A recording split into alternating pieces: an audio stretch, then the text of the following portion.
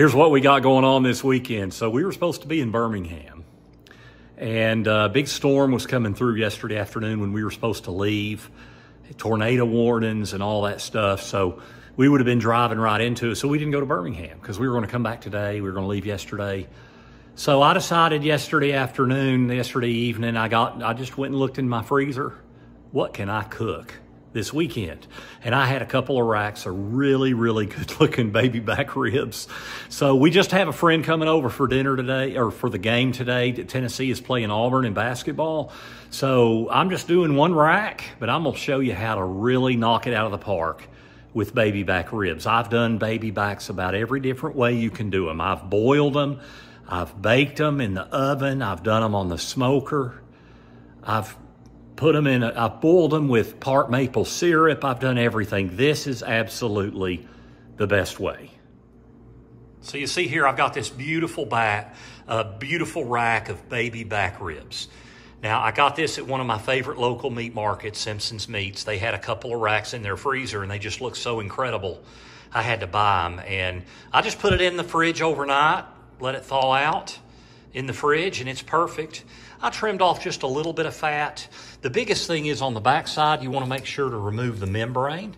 So make sure you always do that. The best way to do that is a paper towel. I'd show you that, but I'm the only one here, so I don't have anyone to film me doing it. You might want to just look that up online. Now, what I'm going to do, that's my own all-purpose seasoning right there. It's mainly salt, pepper, and garlic.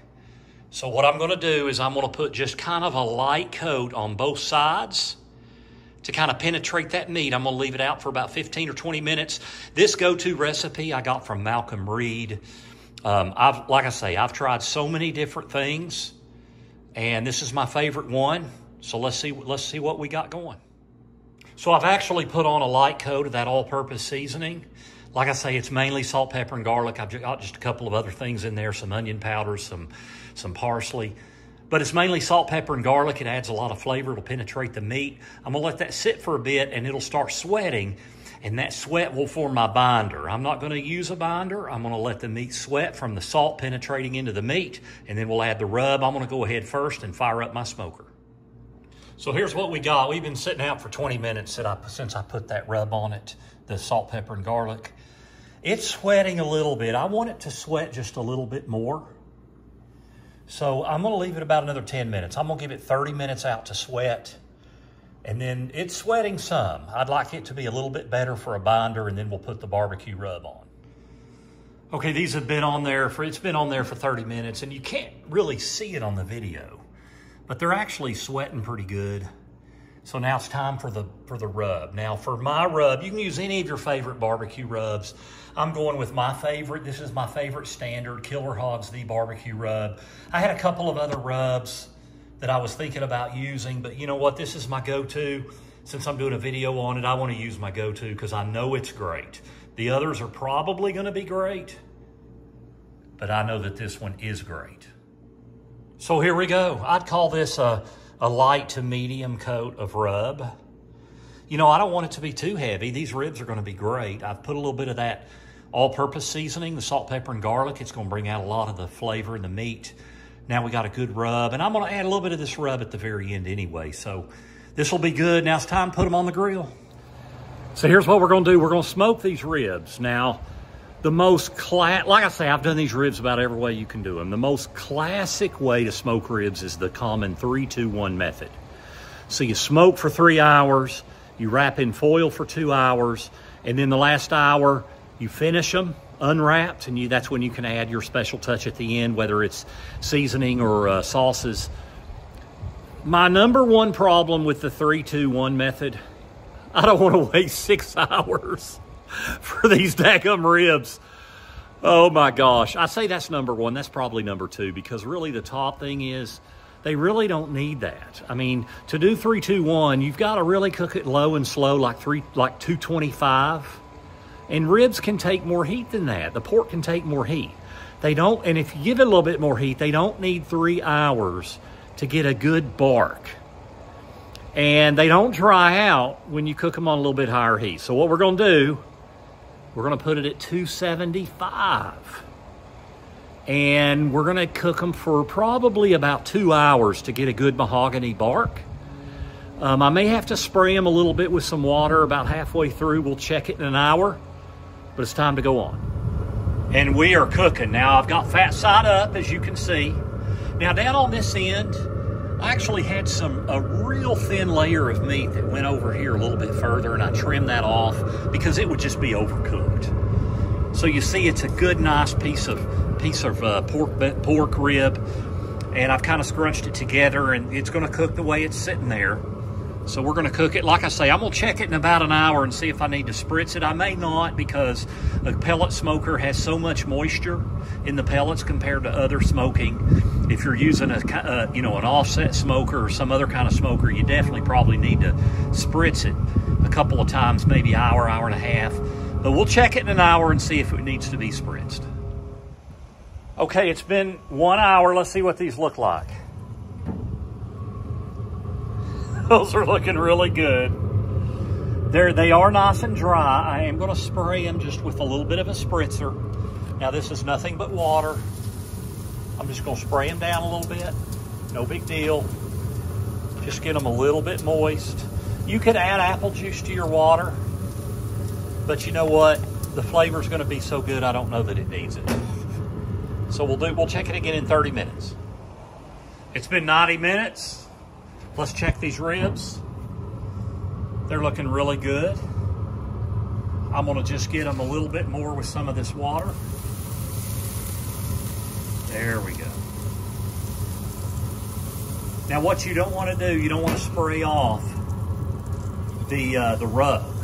So it's important to let them get dry. We just wanna add a little bit of moisture and we're good to go. Like I say, I just used water, but if you wanted, you could do a mixture of water and apple juice. Okay, it's just been over 2 hours, just a little bit over 2 hours. Here's what we've got. Look at how good those look. Don't those look good?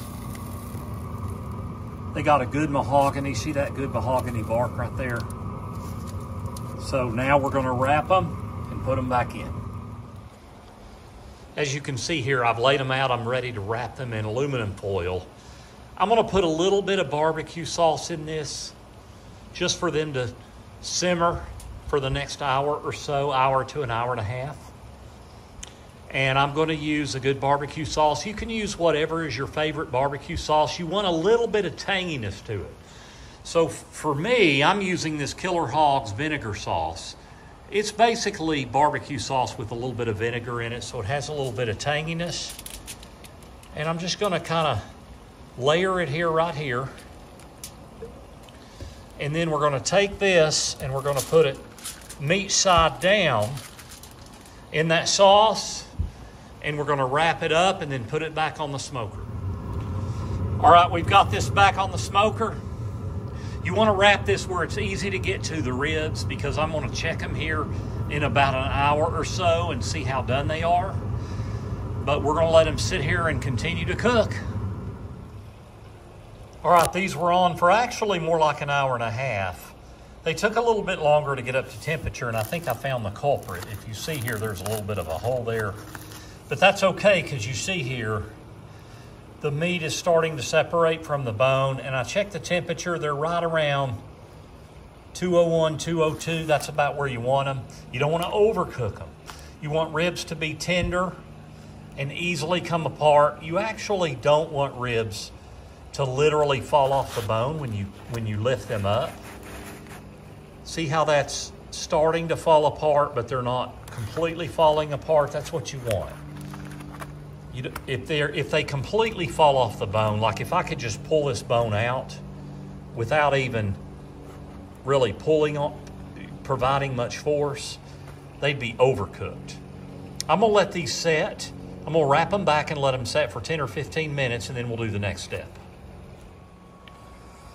Okay, so I've rested these for about 15 minutes, and now I'm gonna take these and I'm gonna move them, and you see they're still staying all in one piece. And I made a little boat here out of the aluminum foil. And you notice these didn't just fall apart. You know, we don't want them to just fall apart just by picking them up. They're nice and tender. And then I've got a barbecue sauce here. This is whatever your favorite sauce is. What I've done, I've mixed my favorite sauce with a little bit of that vinegar sauce I used earlier, because again, you want just a little bit of that twang. And now I'm gonna brush this. Now I'm not gonna do it super heavy.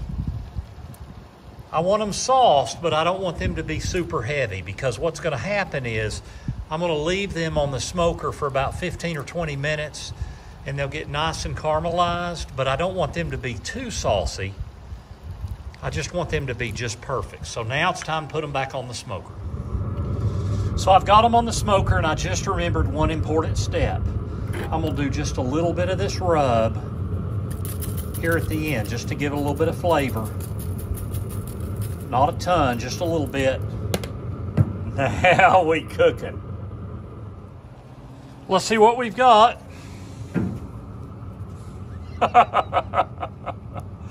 We've been on about 17 or 18 minutes. They've just firmed up really, really nice. So now I'm gonna get them over to the cutting board, and we're gonna slice these into individual ribs and see all kind of goodness we got going on.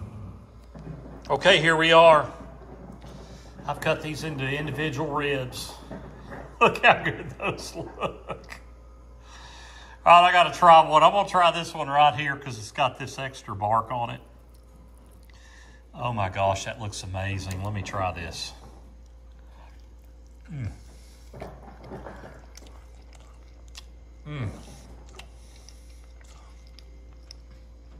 That's got so much flavor.